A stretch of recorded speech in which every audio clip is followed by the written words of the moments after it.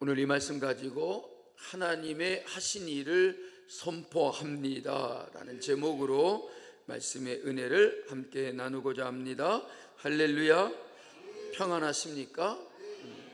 여러분들의 마음이 늘 평안하시기를 간절히 소망합니다. 우리 옆 사람에게 인사하겠습니다. 성도님에게 하나님의 특별한 축복이 있습니다 하고 인사하겠습니다.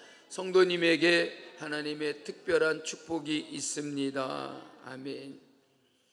그 특별한 축복을 우리 모두 다 누리시기를 주님의 이름으로 축복합니다. 지난 주일 9월 21일이었죠. 9월 21일이 무슨 날인지 아시셨어요?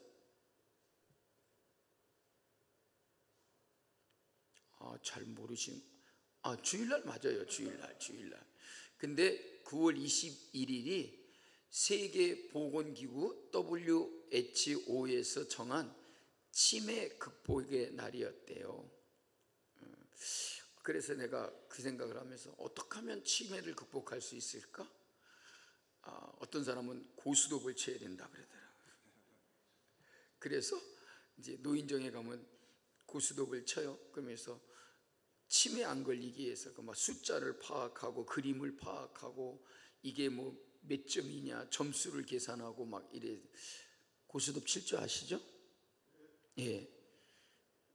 모르시면 저한테 오세요. 제가 가르쳐 드릴게요.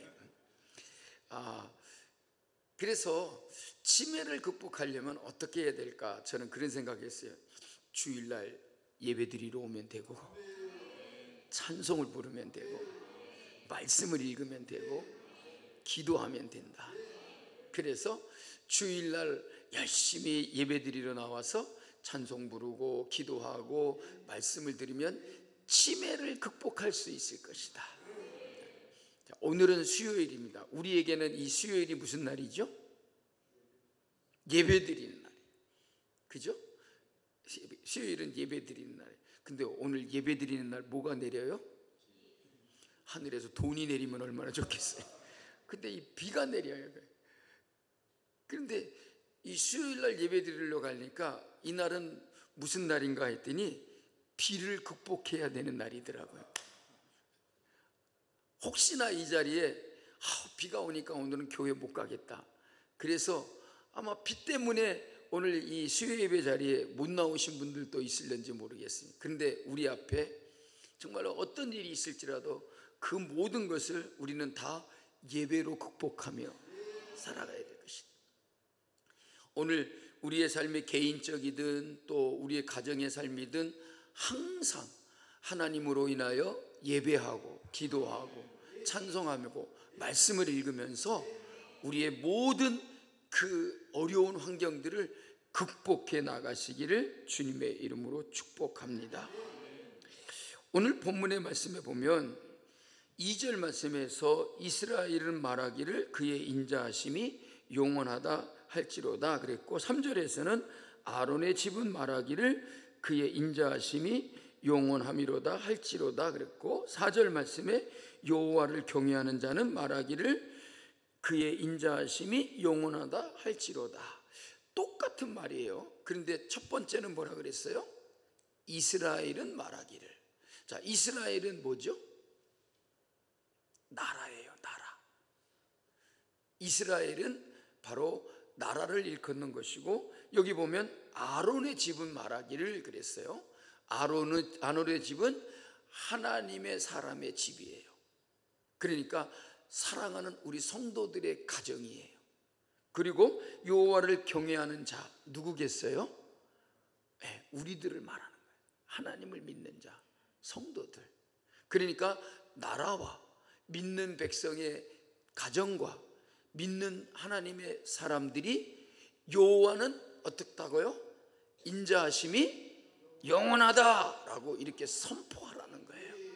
모든 나라가, 모든 가정이, 모든 믿는 자들이 여호와의 인자하심이 영원하다라고 이렇게 선포하라는 것이죠. 그래서 오늘 우리가 살펴볼 이 시편 118편은 하나님께 드리는 감사의 찬양이다 라고 이렇게 말할 수 있습니다. 여러분, 그동안 시편 말씀을 한 편도 안 빼놓고 1편부터 차곡차곡 118편까지 우리가 말씀을 나누고 있어요. 근데 여러분 보세요. 이렇게 시편 말씀을 나누다 보니까 시편 말씀을 우리가 읽을 때 이게 무슨 내용이지? 어떤 배경을 갖고 있지? 어떤 의미로 이 말씀을 하시는 거지? 우리는 쉽게 잘 이해할 수 없는 부분들이 많았어요. 그런데 어땠어요, 여러분? 주일날 오후와 수요일날 이렇게 시편을 나누다 보니까 그런 거였구나. 여러분, 시편의 내용을 우리가 함께 나누다 보니까 좀 더 이해하게 되고 그 내용을 우리가 무엇인지를 알게 되고, 그래서 시편을 읽으면 그래, 찬양하라 그랬어, 인자하다 그랬어. 근데 그것이 왜 그렇게 시편 기자가 고백하고 선포하는 것인가? 우리가 그 의미를 깊게 우리가 들여다보다 보지 못했지만 이렇게 주일날 오후와 수요일마다 이렇게 시편을 나누다 보니까 어떠세요, 여러분? 시편 말씀이 쏙쏙 들어오지 않습니까?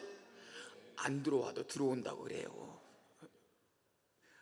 저기 월요일날 다니엘 기도원, 의정부에 있는 다니엘 그 기도원 갔는데 찬양하는 녀석들이 초등학교 3학년, 4학년, 중학교 1학년 애들이 나와서 찬양을 하는 거예요. 요 앞에 마이크가 쭉 나뉘어 있는데 조그만 녀석이 나와가지고 마이크를 가지고 막 줄을 이렇게 막 당기고 이렇게 하면서 하는 거예요. 그래서 저 녀석이 이제 찬양하기 전에 마이크 선을 정리해 주는 놈인가 보다.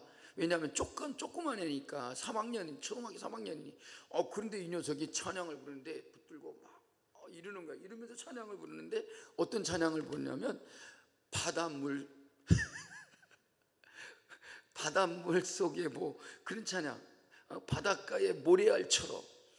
초등학교 3학년이 이런 찬양을 부르고 있을게. 저 녀석이 바닷가의 모래알처럼 그 뜻이 뭔지 의미를 아는 걸까? 그런데 참 신통하기도 했어요. 어쨌든 간에 그 내용 가사가 무슨 말인지를 잘 이해하지 못하지만 그 어린 녀석이 그냥 찬양을 부르는 걸 보고 마음에 감동이 됐어요. 여러분, 하나님께서 우리에게 주시는 말씀과 우리에게 들려주시는 이 말씀이 우리가 잘 깊이 알지 못하지만 이 말씀을 읽으며 이 말씀을 들으며 이 말씀을 따라 살아가는 거 하나님 보시기에 너무나 기쁘고도 감동적인 일이다. 그래서 시편 말씀을 우리는 보다도 잘 우리가 은혜를 나누면서 이 말씀들을 살펴보며 이 말씀이 어떤 의미가 있는 것인지 우리가 잘 깨달을 수 있었으면 좋겠습니다. 자, 오늘 시편 말씀 110편 말씀은 18편 말씀은 하나님께 드리는 감사의 찬양, 감사의 시다라고 말했어요. 자, 이 내용을 이렇게 생각하면서 읽을 때에 이 말씀이 우리에게 큰 은혜가 된다라는 것이죠. 그래서 이스라엘 백성들은 유월절이나 또 그들이 가지고 있는 모든 절기의 예배를 드릴 때마다 이 시편을 큰 소리로 낭독하며 노래하고 하나님 앞에 감사를 올려드렸다는 것이죠. 그래서 오늘 이 말씀은 제사장이 부르고 그리고 백성들이 화답하며 하나님께 드렸던 할렐송이다 라고 이렇게 얘기를 해요. 뭐라고요? 한번 따라 할까요? 할렐송. 그러니까 할렐 노래라는 거예요. 그러면 할렐 노래라고 하는 것은 이 할렐은 우리가 아시겠죠? 지난 주일날 오후에도 말했는데 할렐루야에 대해서 제가 잘 설명하고 그래서 할랄우야 이 세 단어가 합쳐진 말이라 그랬어요. 그래서 이 할렐송이라고 하는 것은 하나님을 찬양하라는 뜻인 할렐루야에서 나온 말이라는 거죠. 그러니까 하나님을 찬양하면서 제사장이 부르고 그리고 백성들이 화답하고 하면서 하나님께 감사의 찬양을 불렀다, 그런 뜻인 거예요. 특히 여호와께 감사하라, 그는 선하시며 그의 인자하심은 영원함이로다 라고 하는 이 말씀이 시작과 끝에 반복될 정도로 중요하게 다루어지고 있다는 것이죠. 그래서 나라가 또 하나님의 백성의 집이 그리고 하나님의 백성들이 그렇게 선포하고 노래해야 한다는 것을 강조하고 있어요. 그래서 이 시편 118편에는 감사라는 말이 여러 번 반복되고 있다는 것이죠. 제가 목이 좀 잠겨가지고 소리가 잘 안 나오지만 똑똑하게 잘 들리시죠? 어떤 분이 주일날에 목사님 그 소리 좀 지르지 말고 큰 소리를 하지 말고 좀 조용조용하게 해요. 목이 다 쉬어갖고 내가 막 속상해 죽겠다고. 그래서 근데 이렇게 큰 소리로 해야 이게 정말 은혜가 되고 좋다는 걸 느끼게 되는 거예요. 내가 총회 가면서 우리 장로님도 다녀오셨는데 그래도 하룻밤 거기서 자면서 새벽 기도를 못했잖아요, 화요일날. 그랬더니 우리 집사람도 그렇고 박 전사님도 그렇고 또 관리 집사님도 그러더라고. 너무 답답했다고. 그러니까 왜 그러냐니까 아니 김 목사님 목소리가 개미 소리 같아갖고 안 들리고. 사랑하는 여러분, 그래서 제 소리를 들으니까 우리 관리 집사님은 정신이 번쩍 들고 우리 전도사님은 귀가 뻥 뚫리고 그냥 우리 집사람은 답답함이 확 풀렸다 그러더라고요. 그러니까 담임 목사가 큰 소리로 설교하는 게 좋다는 거를 당해봐야 안 되니까 어쨌든 간에 이 말씀을 들을 때에 여러분들의 마음속에 감사하는 마음이 일어날 수 있기를 주님의 이름으로 축복합니다. 1절 첫머리에서 여호와께 감사라고 했고 19절에서도 여호와께 감사하리로라고 했고 21절과 28절에서도 내가 주께 감사하리라라고 했고 29절에서도 여호와께 감사하라. 그러니까 이 시편의 내용을 곰곰이 가만히 살펴보니까 감사를 강조하고 있구나. 오늘 이 말씀을 들을 때 여러분들의 마음속에 감사가 그냥 폭포수와 같이 펑 뚫려 나오기를 바랍니다. 그런데 여러분, 이 시편은 단순히 감사합니다 하고 말하는 노래가 아니라는 것입니다. 무엇을 감사하고 또 무엇에 감사하라고 했느냐라고 하는 것이죠. 우리는 감사라고 하면 늘 조금이라도 이익과 도움이 있어야 하는 것으로 생각한다는 거죠. 다시 말하면 무엇 때문에 라는 생각을 갖는다는 거예요. 이것 때문에 저것 때문에 무엇 때문에 감사하는 것으로 생각한다는 거죠. 그것을 일컬어 한번 따라할까요? 조건적 감사. 무슨 말이냐면 감사할 조건이 있어야 감사하는 것 아니냐, 그런 것이죠. 그래서 많은 사람들은 감사하라고 그러면 무엇을 가지고 감사할까? 무엇 때문에 감사해야 되는가 하는 그런 생각을 갖게 된다는 것이죠. 그런데 여러분, 오늘 이 시편 118편을 읽어보면 시편 기자가 어떤 때 감사하라고 하냐면 모든 것이 잘 되고 내게 이익이 되고 도움이 되고 복이 되는 일이 있기 때문에 감사하는 것이 아니라 힘든 상황 속에서도 어려운 가운데 있을지라도 하나님을 신뢰하고 그리고 두려운 현실 속에서도 여전히 하나님께 소망을 두고 살아가면서 하나님께 감사해야 된다. 그걸 우리에게 말하고 있는 거예요. 우리는 무엇 때문에 어떤 조건을 가지고 하나님께 감사하는 마음을 가지고 생각하지만 오늘 시편 기자가 말하는 것은 어떻게 감사하라는 말인가? 무엇을 감사하라는 말인가? 힘든 상황 속에서도 하나님을 신뢰하고 두려운 현실 속에서도 여전히 하나님께 소망을 두고 하나님 앞에 감사하고 찬양하라고 하는 그런 고백인 것입니다. 혹시 여러분의 삶 가운데 지금 어려운 상황에 놓여 있다면, 감사하기 힘든 마음으로 지내고 있다면, 오늘 이 시편 말씀을 통해서 하나님께서 우리를 어떻게 붙드시고 우리를 어떻게 회복시키시는지를 깨달아 우리의 믿음의 눈이 다시 열리고 우리의 입이 열려서 하나님을 찬양하고 하나님께 감사할 수 있는 그런 복된 은혜가 있기를 주님의 이름으로 축복합니다. 오늘 시편에서는 무엇에 대한 감사를 이야기하고 있는 것인가? 한마디로 이야기한다면 하나님께서 시편 기자 자신을 모든 환난과 심지어 죽음의 자리에서 건져주신 것을 체험했기 때문에 감사하게 된다.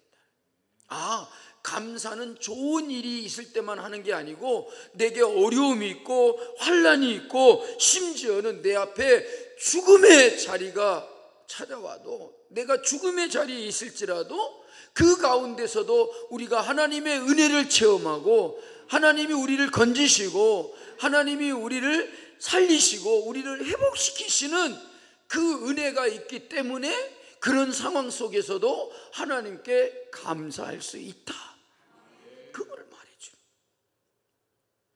여러분, 시편 118편에서 이야기하고 있는 감사는 당장 우리의 눈앞에 어떤 유익이 있어서 하는 그런 조건부의 감사가 아니라 자신의 삶 자체, 생명, 그것에 대한 감사를 하나님께 드리는 것이라는 것이죠. 물론 내용을 보면 감사하는 구체적인 삶의 경험이 있습니다.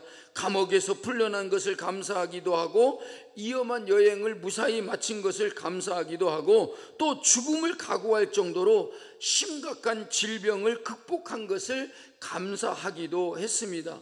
좀 더 구체적으로 내용을 살펴보면 우선 1절부터 4절은 각 절마다 하나님의 인자하심이 영원하다라고 하는 사실을 반복해서 찬양하고 있다는 것입니다. 또 24절 이하의 마지막 부분에서는 즐겁고 기쁜 날을 소개하고 있습니다. 그리고 그 사이의 말씀이 바로 하나님께 감사드리는 내용이다라고 말할 수 있습니다. 그래서 10절부터 12절 말씀을 보면 오늘 시편 기자는 먼저 원수들에게 포위당한 자기 자신의 처지를 거듭 반복해서 밝히고 있습니다. 그들이 자기를 집요하게 애워싸고 있지만 시편 기자 역시 그들에게 함부로 휘둘리지 아니하고 오히려 계속 되풀이해서 그들을 여호와의 이름으로 끊겠다, 다시 말하면 여호와의 이름으로 능히 그 대적들을 물리쳐버리겠다라고 이렇게 고백하고 있다는 것입니다. 뭐라고 말합니까? 내가 여호와의 이름으로 그들을 끊어버리리라. 이 고백은 단순한 그냥 메아리아와 같은 외침이 아닙니다. 사람들에게서 도움을 얻지 못한 절박한 그런 상황 속에서 오직 여호와의 이름만이 나의 힘이요 나의 능력이요, 여호와의 이름만이 나를 지키시고 여호와의 이름이 내게 승리를 주신다라고 하는 그 믿음 속에서 이 여호와의 이름을 부르고 있다는 것입니다. 여호와의 이름으로 그들을 끊으리라는 말은 뭐냐면 바로 여호와께서 자기의 방패요, 자기의 칼이요, 여호와께서 나의 삶의 창이 되셔서, 다시 말하면 대적들을 물리칠 수 있는 강한 무기가 되어서 나를 살리시고 나를 구원해 주신다는 것을 말하고 있다는 것입니다. 여러분, 우리는 세상을 살아가다 보면 사람들에게 의지하고 사람들에게 기대하게 되기도 합니다. 이 사람은 나를 알아줄 거야, 이 사람은 나를 도와줄 거야, 이번에는 다를 거야. 하지만 결국 믿었던 사람에게서 상처를 받고 기대했던 말 대신에 무관심과 냉대를 받기도 한다는 것입니다. 여러분, 우리 교회 안에서도 동일한 이런 일들이 일어나기도 한다는 것입니다. 그럴 때 우리는 낙심하게 되기도 하고, 우리는 정말로 실망감을 갖게 되는 것입니다. 그런데 오늘 시편 기자가 뭐라고 말하냐면 우리에게도, 하나님의 백성들에게도 정말 내가 죽음의 자리에 있는 것처럼, 원수들에게 내가 포위당해 갖고 그들에게 죽을 것 같은 그런 상황이 있을지라도 그것 때문에 낙심하는 것이 아니라 그 낙심의 자리가 하나님의 이름을 붙드는 자리가 될 수 있다. 그러므로 우리는 어려움이 내게 닥쳐왔을 때 낙심하지 말고 하나님의 이름을 부르고 하나님의 이름을 붙드는 그런 자리가 되어야 된다는 거예요. 여러분의 삶의 고난과 고통이 여러분 낙심하고 절망하는 자리가 되지 말기를 바라고, 여러분들의 그 모든 어려움의 자리가, 죽음의 자리가 여호와의 이름을 붙드는 자리가 되시기를 주의 이름으로 축복합니다. 여러분, 오늘 이 말씀을 꼭 기억하시기 바랍니다. 세상의 말보다는 하나님의 약속이 더 단단한 것이고, 사람의 위로보다는 하나님의 음성이 더 깊은 것이고, 사람의 손보다는 하나님의 손이 더 높고 강한 것이고, 그래서 우리는 누군가의 말보다도 하나님의 이름을 붙들고 하나님의 약속을 붙드는 우리가 되어야 된다라고 하는 것이, 왜냐하면 그 이름에 능력이 있기 때문이라는 것이. 여러분, 여호와, 즉 야훼라고 하는 이 말은 어떤 말이냐면 위대하다, 강하다, 능력이 있다, 권세를 가지고 있다, 그런 이름인 거예요. 그러니까 하나님은 스스로 있는 자라 그랬어요. 나는 모세에게 말하기를 스스로 있는 자다. 여러분, 스스로 있다는 그 말은 뭐냐면 다른 어떤 것에 의해서 존재하는 게 아니다는 거예요. 스스로 있다라고 하는 이 말은 하나님은 능력이고, 하나님은 위대하시고 강하신 분임을 말해주고 있다는 거예요.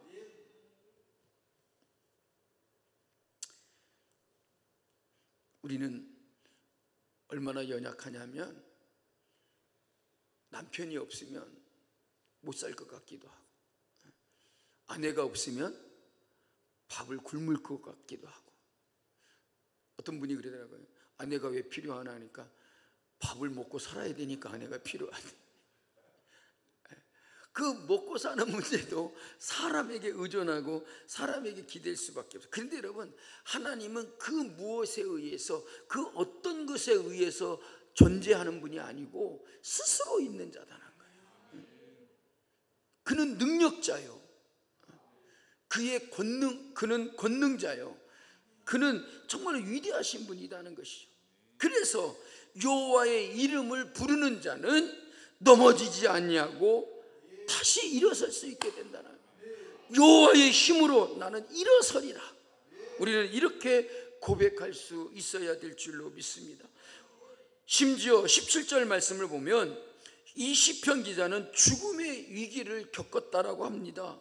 하지만 이 시편 기자는 하나님께서 모든 원수를 물리쳐 주시고 또한 죽음의 질병을 고쳐주신 것에 대해서 감사하고 있습니다. 특별히 17절에서 하나님께서 병을 낫게 하신 목적을 아주 분명하게 이야기하고 있습니다. 자기가 죽지 아니하고 살아있다라고 하는 것이죠. 참으로 내가 죽지 않고 살아서 뭐라고 합니까? 여호와께서 하시는 일을 선포하리로다 라고 이렇게 말해요. 자기가 이렇게 건강을 되찾고 그 모든 질병에서 고침을 받은 목적은 하나님께서 하시는 일을 선포하게 하시는 것이다. 하지만 여러분, 몸이 건강하다고 해서 누구나 하나님께서 하신 일을 선포하는 것은, 할 수 있는 것은 아닐 것입니다. 하나님께서 하시는 일을 선포하기 위해서는 하나님과의 관계에 대한 분명한 확신이 있어야 할 것이라는 말입니다. 내가 건강한 생명을 유지하는 것은 하나님께서 은혜의 손길로 나를 지켜주시기 때문이라고 믿는 믿음, 하나님께서 하시는 일을 사람들에게 알리기 위해서는 바로 이런 믿음이 우리에게 있어야 된다는 거예요. 오늘도 여러분은 삶 속에서 하나님이 하시는 일들을 날마다 체험하며 살아가시기를 주님의 이름으로 축복합니다. 그래서 하나님의 은혜를 받아 누리는 사람은 하나님과 하나님께서 하시는 일을 세상에 알리게 된다는 것입니다. 내가 체험한 것이 있어야 뭔가 말할 수 있지 않겠습니까? 예수 믿고 어떤 일이 있었어요? 그러니까 그냥 교회 다니는 것밖에 없어요. 그러면 안 돼요. 우리의 삶은 날마다 하나님이 하시는 일을 경험하고 하나님이 하시는 일이 우리의 삶 가운데 있다는 사실을 날마다 깨달아야 된다는 거예요. 오늘도 하나님께서 여러분들을 위하여 하시는 일을 믿으시기를 바랍니다. 그래서 내가 그 모든 것을 체험하고 자기 자신의 삶에서 하나님이 하시는 일을 증거하라는 거예요. 실제로 하나님이 하시는 일을 선포한다는 것은 자기의 말과 글로 또는 자기 자신의 재능과 일상적인 삶으로 하나님이 살아계시고 일하신다는 것을 전하는 것이다 라는 말이에요. 우리는 날마다 우리의 삶 속에서 하나님이 하시는 일들을 체험하고 내 입으로는 그 하나님이 하시는 일을 선포할 수 있고 전할 수 있기를 바랍니다. 18절 말씀을 보실까요? 18절 말씀 다 같이 읽어보겠습니다. 여호와께서 나를 심히 경책하셨어도 죽음에는 넘기지 아니하셨도다. 여기서 경책이라는 말은 말 그대로 경고와 책망이라는 말이에요. 하나님께서 나를 심하게 나에게 강한 말로 경고하시고 우리에게 심한 말로 나를 책망하셨을지라도 하나님은 나를 어떻게 하셨다고요? 죽음에는 넘기지 아니하셨다. 이 말을 그냥 우리말로 쉽게 말하면 죽을 놈을 죽이지 않았다는 거예요. 정말 하나님 앞에 내가 경고를 받고 심한 책망을 받아야 됨에도 하나님은 나를 죽게는 하지 않았다. 죽음에는 넘기지 않았다. 그래서 오늘 시편 기자가 자기가 하나님의 책망을 받아서 사경을 헤맨 것도 그것도 바로 나를 이렇게 경책하셨지만 나를 죽음에 넘기지 않고 나를 살려주신 것, 그것을 우리로 하여금 선포케 하려 합니다는 거예요. 여러분, 분명히 나는 죽을 사람입니다. 왜 안 죽을 것처럼 그렇게 눈을 크게 뜨고 쳐다보십니까? 다 죽어요, 여러분. 우리는 다 죽을 사람이에요. 이미 우리는 죄로 말미암아 죽어야 마땅할 사람들이에요. 그래서 사도 바울도 그러잖아요. 오라, 이 사망의 몸에서 누가 나를 구하여 줄 거라고 그렇게 탄식했어요. 그러니까 사도 바울도 자기의 죄로 말미암아 자기도 죽어 마땅한 사람이라고 그렇게 고백할 수밖에 없었다는 것이죠. 그런데도 하나님이 나를 죽이지도 아니하시고 죽음에도 넘기지 아니하시고, 아멘 안 하시는 거 보니까 하나님이 오늘 밤에도 나를 죽음에 넘길 수도 있어요. 내일 아침에 못 일어나게 할 수도 있단 말이에요. 주일날 저 의정부를 그냥 주일날도 갔다 오고 월요일 저녁에도 가고 의정부를 2번이나 왔다 갔다 했는데, 목사님 어머니가 95세로 그 소천을 하셨대요. 그런데 그 전날 밤에 음식도 먹고 목욕도 하고 머리도 감고 그냥 이런저런 거 평상시에 하던 거 다 하셨대요. 방 청소도 하고 물건도 정리하고. 근데 그렇게 한 게 죽음을 준비한 것 같더래. 그러니까 그 전날 밤에 그렇게 하시는 모습을 보면서 그런 분이 아침에 일어나 보니까 돌아가실 줄 누가 알았냐. 전날 밤에도 밥을 못 먹고 음식을 삼키지도 못하고 그런 분이 아니고 아주 저녁 식사도 맛있게 잘 하셨대요. 그리고 집안 청소도 하고 뭐 몸도 씻고 머리도 감고 그랬는데 아침에 일어나 보니까 돌아가셨더래. 여러분, 하나님은 우리를 죽음의 자리에서 일으키시고 죽음에 넘겨져야 될 자인데 우리를 그 죽음에 넘겨지지 아니하고 우리를 살려주셨다는 말이에요. 그래서 내가 그 하나님이 우리를 살리시고 나를 죽음에 넘겨주지 않으셨다는 것을 선포하라는 거죠. 하나님이 행하신 일을 우리의 입으로 증거하라고 말하고 있어요. 6절 7절 말씀해 보니까 시편 기자가 하나님이 얼마나 자기에게 힘이 되는지를 밝혀주고 있습니다. 뭐라고 말합니까? 여호와는 내 편이시라. 내가 두려워하지 아니하리니 사람이 내게 어찌할꼬. 사람들이 나를 함부로 어떻게 할 수가 없다는 거예요. 그리고 하나님은 나를 돕는 자 중에 계시고 나를 미워하는 자들에게 보응하시는 것을 내가 보리로다, 이렇게 말해요. 시편 기자는 똑똑히 하나님이 어떤 분이시고 하나님이 나에게 어떤 일을 행하시는가라고 하는 것을 분명히 알고 있다, 보았다라고 말하고 있어요. 그래서 계속되는 말씀에서 뭐라고 말하냐면 사람을 믿고 의지하는 것보다 하나님을 믿고 의지하는 것이 가장 좋은 것이다.